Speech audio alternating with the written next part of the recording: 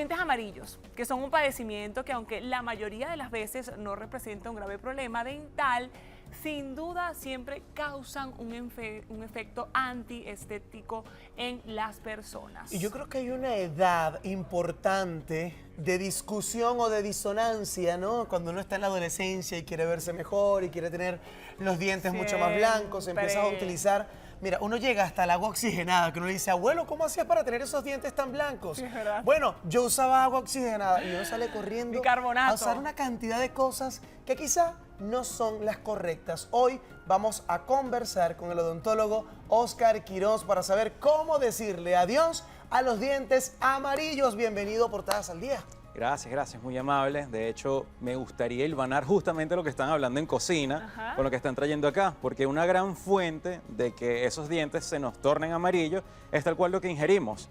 Entonces, que si esos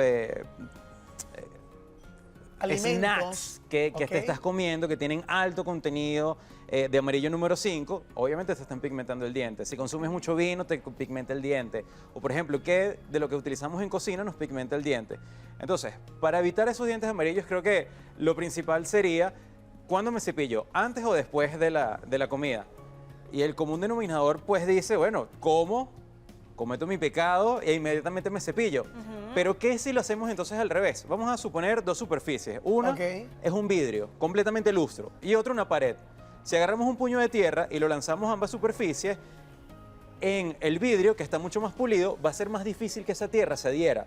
Mientras que en la pared, que es un poco más porosa, se va a adherir mucho mejor esa tierra. Entonces lo mismo pasa con los pigmentos y lo mismo pasa con esta cromóforos, ¿verdad? Con estas partículas que se adhieren a la placa dental del diente. Entonces mi sugerencia es, si quieres evitar tener esos dientes amarillos, cepíllate antes de poder ingerirlo. Por ejemplo, si estás en casa y quieres una copa de vino, cepíllate los dientes antes, ¿sí? Eso va a hacer que tu superficie esté un poco más lustre, un poco más pulida y que esos pigmentos no se adhieran tan fácil al diente. Háblame, y discúlpame, No, tranquilo. porque este tema también te puede afectar a ti. El café. Ay. Porque diariamente podemos llegar a tomarnos hasta 7 tazas de esta es una poesía líquida, espectacular. Divina. ¿Qué tenemos que hacer en ese caso? ¿De verdad nos pone los dientes amarillos? ¿Sí o no? Sí, en efecto sí. Todo lo que contenga grandes pigmentos, café, bebidas gaseosas muy oscuras, tés, siempre lo va a pigmentar. Entonces, un consejo, si van a ingerir el café, pues bueno, uno, reducir notablemente la cantidad. Dos... Y que 7 es una exageración, José Andrés. Por favor, sí. Pero bueno, siempre está el pequeño truco de, bueno, que sí lo consumo con pitillo. ¿En serio? O sea, la idea es que pase la menor cantidad de tiempo directo en la superficie de los dientes y que pase directo al tracto. Me parece perfecto ese dato, es que esa es la idea, ¿no? Estás hablando entonces de los alimentos como los más comunes, ¿verdad? Bueno, esa explicación la verdad me encantó. Qué bien poder saber que quizás, bueno, toda la vida como que no hemos hecho nuestra higiene bucal como deberíamos de hacerlo.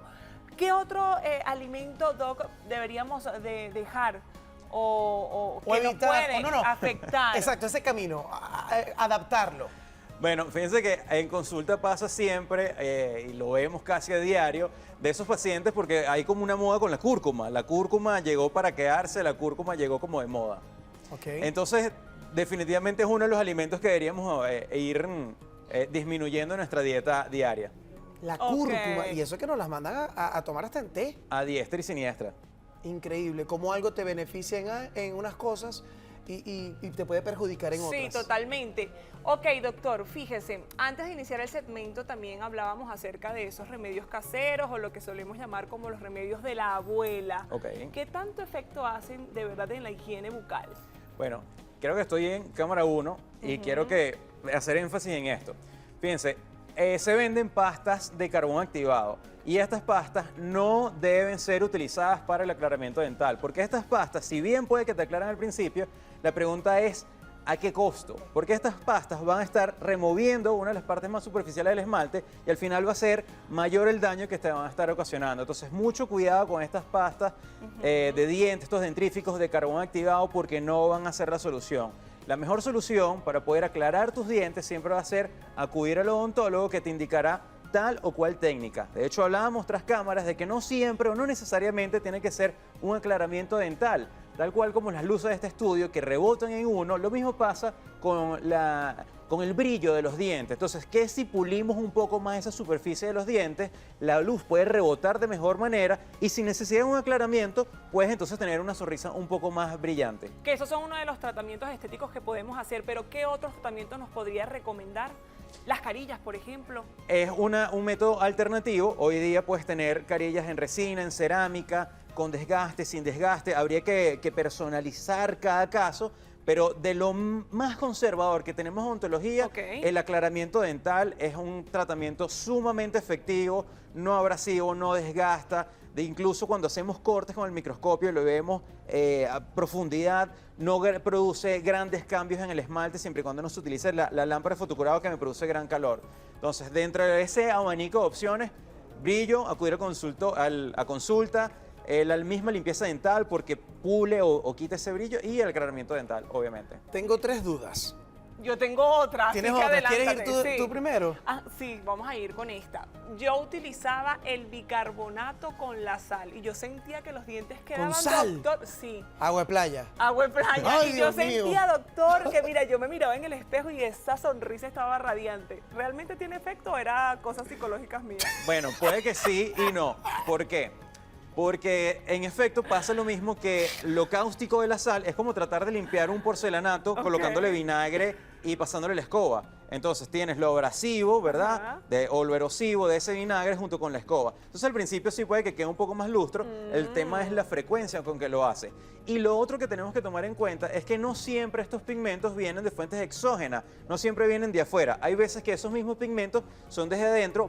¿Y cómo puede ser eso? Bueno, el color del diente lo da la dentina. Y si esa dentina en algún momento está afectada, infectada, etcétera, puede que tenga un cambio de coloración. Por ejemplo, si una persona durante alguna etapa de su vida consumió algún tipo de antibiótico, llámese por ejemplo tetraciclina, estas concentraciones se fueron quedando y cuando erupcionó el diente, con los rayos del sol, etcétera, hizo que ese diente tomara un tono distinto. Entonces, acá el abordaje sí cambia completamente porque ya estamos hablando de que la fuente que pigmentó ese diente no es del externo, sino más bien del interno. Entonces, habría que hacer otro tipo de abordajes como microabrasión del esmalte, por ejemplo. Esa era una de mis dudas y era lo que te iba a preguntar, si esas eran solamente las causas comunes, los alimentos, pero ya vemos que puede ser un tema también genético, ¿no? El hecho de tener dientes amarillos. Pero antes de irnos a la pausa, y agradecemos tu visita el día de hoy porque estamos esclareciendo estas dudas. Cuando hablas de pulir los dientes, ¿cada cuánto tenemos que hacerlo? ¿Cuántas veces al año tenemos que ir al odontólogo para que nos pulan los dientes? Bueno, me encanta Para ese hacer la momento limpieza, pues. porque en efecto lo que sugerimos fuertemente es que el paciente acuda al odontólogo cada 6 meses. Perfecto. Y el odontólogo determinará, individualizando cada caso, si el mismo deberá hacerse una limpieza en efecto cada 6 meses o una vez al año, considerando de que cada humano es un mundo y hay personas que acumulan un poco más de cálculo y placa más que otras. Ok, entonces ir al odontólogo cada 6 meses, cepillarnos antes y también después de cada comida. Mira, de verdad que me encantan estos segmentos donde siempre aprendemos cosas nuevas sobre nuestra higiene, sobre cosas que podemos, bueno, ir sumando, ¿no? A nuestro día a día para tener una salud como la que deberíamos de tener. Doctor, muchísimas gracias por estar con nosotros. Despertar con amor. Venezuela es familia.